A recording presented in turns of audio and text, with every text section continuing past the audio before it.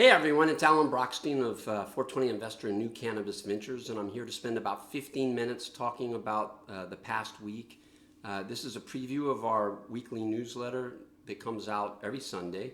We've been doing this for about 6 years, and in these videos, I start off with a brief recap of the market action, not much to talk about this week.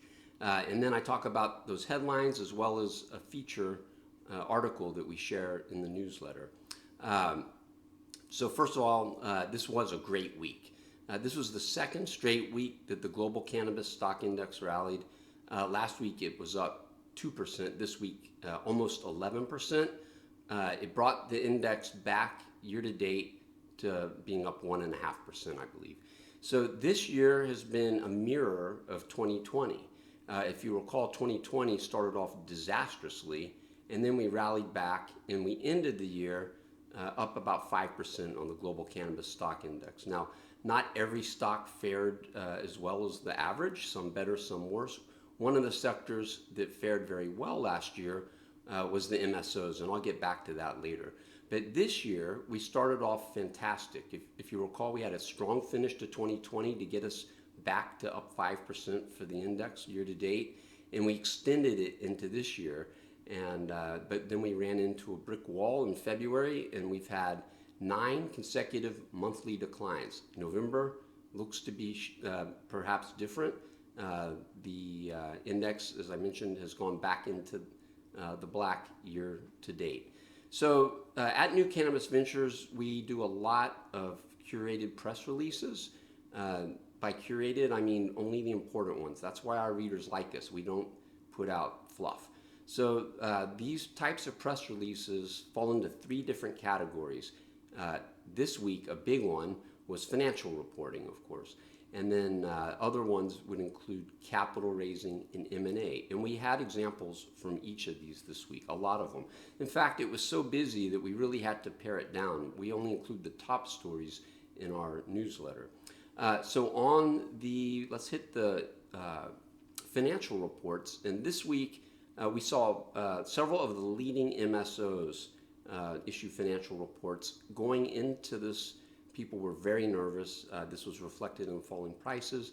And some of what we've been concerned about over the last few months certainly has played out, primarily a slowing of cannabis demand. I've been talking about this a lot. We've been doing these videos now since Labor Day, and I think in every single one, I've probably mentioned this factor. And it's something at New Cannabis Ventures we've been talking about literally since last year. November was the first month where we saw, exactly a year ago, where we saw through the BDSA data some issues, and we've been talking about this a lot. Right now, the most recent data that we have from BDSA is through September, which correlates to the quarter that was just reported. And it was very clear that the tailwinds from a year ago were missing. And remember, a year ago, everybody was at home. They had nowhere to spend their money. Anxiety levels were high.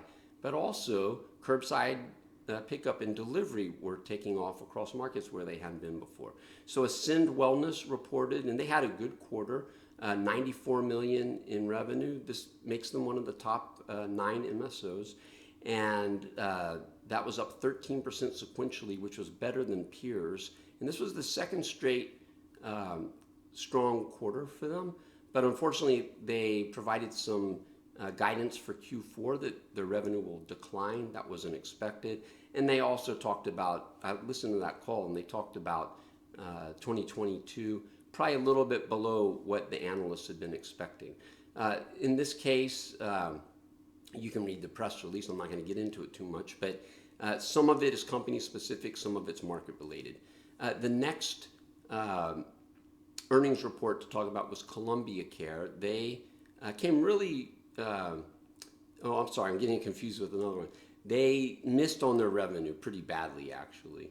In the scheme of things, they were short. But the positive was that their adjusted EBITDA was better than expected. And so what that says is that they're doing a good job on becoming more profitable. They cited in the press release issues in Florida. A lot of people have been talking about the competitive environment there, as well as in California and Colorado.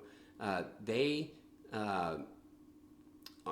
reduced their full year guidance as well. The next one to report was Cresco, and Cresco's revenue was $215 million, a record. It was up only 3% sequentially. Analysts had expected it to be up 5%. But again, the good news here was they had better than expected adjusted EBITDA. They don't give guidance. I listened to the call. It sounds like things are going really well. If you're a long-term investor and you listen to these calls, you probably walk away feeling pretty comfortable. Now, Curaleaf was a pretty disappointing report. Their revenue increased 2% sequentially. It was below expectations. They've been expected, it was a lot below expectations. But the worst part was their adjusted EBITDA was well below expectations. They also updated their guidance, and you can back into the math.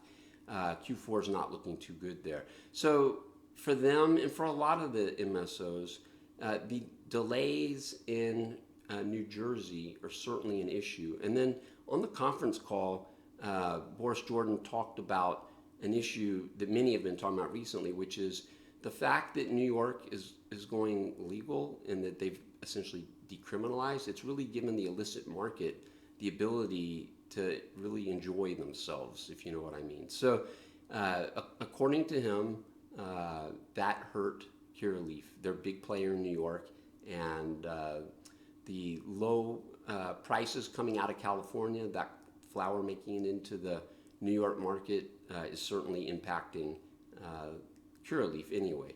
The next earnings report was not an MSO, but Grow Generation. They had pre-announced, but here the problem was the guidance, and that was in that press release, and it was not pretty. Their issue is primarily in the California market, but in general they're seeing slowdown in spending from many of their customers, and so that was another negative report. Now, the best report of the week for a major company was out of GTI, and some of you may have seen my video a few weeks ago where I talked about the breakdown in the price, and sure enough, people were really nervous about GTI missing. I shared in the newsletter a few weeks ago a graphic. They've never missed before, and it seemed like they might. Now, their same-store sales were only up 1%, but they met the expectations, and it was a 5% sequential growth, not a barn buster, but with everybody so pessimistic, it set off a stampede, and the stock ended up lifting more than 50% at one point from the very low of this year that was set a few days before to the very high on Friday. It's pulled back a little bit, so the overall gain's a little bit less than that. So that set off a big relief rally, and once again, GTI earns its reputation as the company that delivers. And I'm not talking about delivers cannabis, but that executes well. Now, Hydrofarm also had pre-announced, and their guidance was fine, in line with what they had previously provided. So their revenue actually fell 7% sequentially to $128 million. So this was similar to GrowGen, which was down 8%. So you can kind of see, and we saw it in Scott's as well, which I talked about last week, these equipment providers, and that's a big part of their business, are definitely hurt by what's going on out west, primarily with lower prices, in California primarily. And then the last one was WM Technology. You may know the company as Weed Maps, recently public. It was a SPAC. That stock was absolutely hammered on their release, and the bigger problem wasn't the slight shortfall in Q3, it was the reduced outlook that was delineated in the press release, much lower than expected revenue and EBITDA in Q4. And on the conference call, which I listened to, they laid out their expectations on a preliminary basis for 2022, and while the growth is going to be high with revenues in the high 30s, that's a little bit less than on a percentage basis what was expected, plus layer in that the fourth quarter is going to be below expectations, and the absolute number is certainly below what the analysts were expecting. So they talked about the delays in the East and in Illinois hurting them too on the conference call. So that's those were all the earnings reports. There were a lot more than that, but those are the ones that we included in our newsletter. Now, capital raising, there was a little bit of that going on too. Publicly traded Air Wellness, continuing this theme of lower borrowing costs. They already had senior secured notes outstanding. They sold more notes. It's a high coupon at 12% if I recall, but they sold it at a dollar price of 107, which suggests over the next 3 years that's a yield to maturity of 9.8%. So this has been one of the major positive stories for the cannabis space this year, the increasing availability of debt capital at lower interest rates, as well as sale-leaseback capital. The other capital raise, I think there was just one other one, was, well, I guess two. There's two other ones. So first one's cannabis compliance company Philo. I think that's the way you say it. They're out of Chicago. We've interviewed the CEO, Chad Brochstein, before. They bought Cannaregs, which was run by Amanda Ostrowitz. They raised $40 million. This isn't their first raise. These software companies are really resonating with investors, not WM Technology apparently, but the private ones. We talked about Dutchie a few weeks ago, the most valuable cannabis company on the planet apparently in the software side, on the technology side.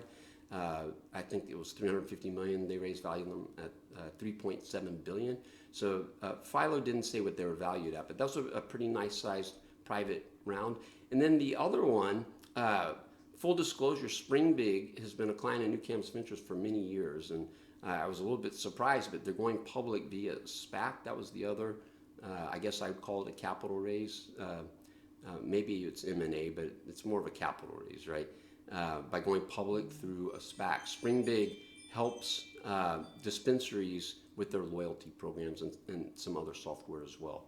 And then the final piece of news that we like to cover with these curated press releases is M&A.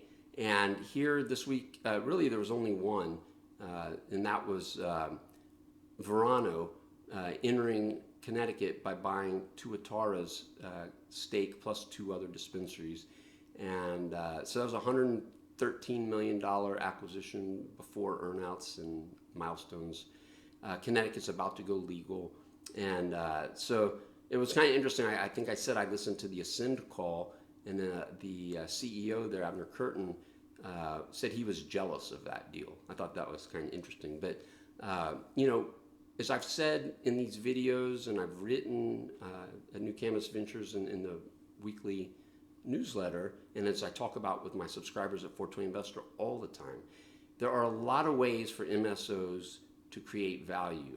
Same-store sales is one lever, but M&A is another, plus expansion. Organic expansion, of course.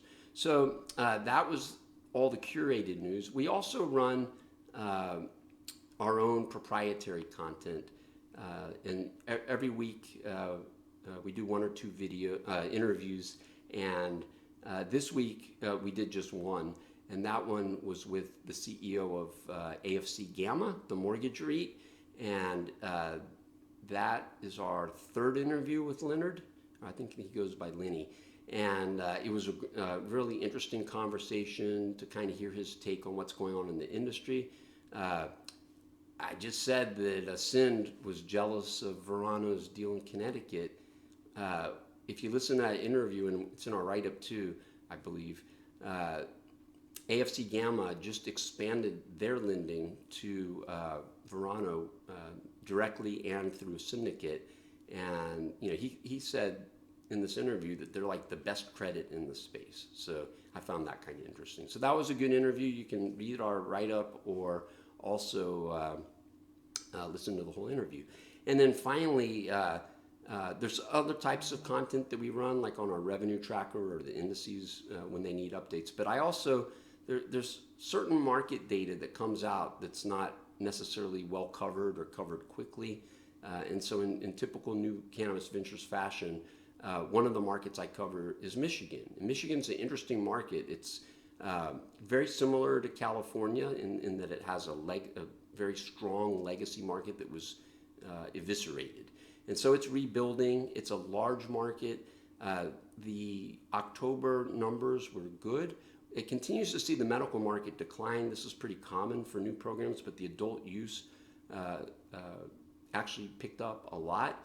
The combined market year over year is growing in the upper 50s, grew in the upper 50s in October. Year to date, it's up a little bit better than that. But perhaps Illinois and Michigan are early signs that some of the slowdown that we saw recently when the summer was here and people started traveling, going out to restaurants and bars and shopping in stores for other things, perhaps that's behind us. And I think there was a hint of that in the Michigan numbers. Now, I see I've already gone over the 15 minutes, but I like to conclude by discussing the feature article that I include every week in our newsletter. And this week, it's not the first time we've talked about a lot, but we talked about the ETF MSOS. And this week, I was really surprised that nobody seemed to be talking about this. People were talking about the price action. People were talking about the volume. It was a record weekly volume, both in the number of shares as well as the dollar volume. So I think people talked about this, but they missed the bigger point, I think, which is the inflows this week, which we describe in the article, were off the charts. I mean, it literally was up 40% in so far in November, 39%, I believe, just this last week.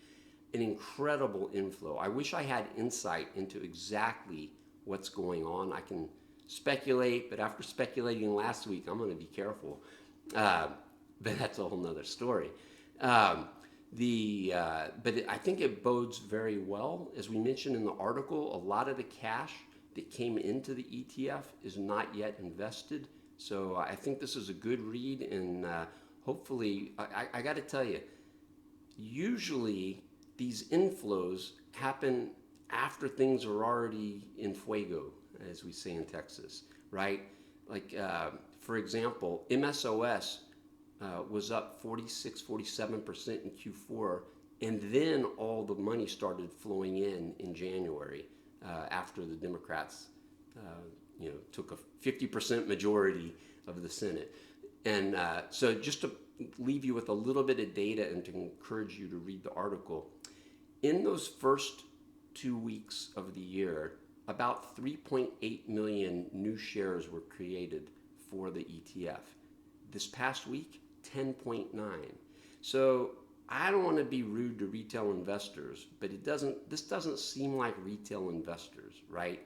This is something bigger. In fact, if you look at the chart I put in there, you'll see that this started actually a day before the news broke about the pending Republican Nancy Mace legislation. I think it's being driven institutionally. I can't prove that. I wish I could. So this one was a little bit longer than normal. I tried to keep it at 15 minutes, but busy week. Next week wraps up the bulk of earnings season. We're going to hear from Trulieve and Verano, two of the other remaining top 5 MSOs, plus some of the next tier as well, including TerrAscend, Air. Let's see if I'm leaving anybody out. I don't think I'm leaving anybody out, but we get certainly the top 9. I think will be done next week. So with that, I'm going to wish you a great week ahead. Take care.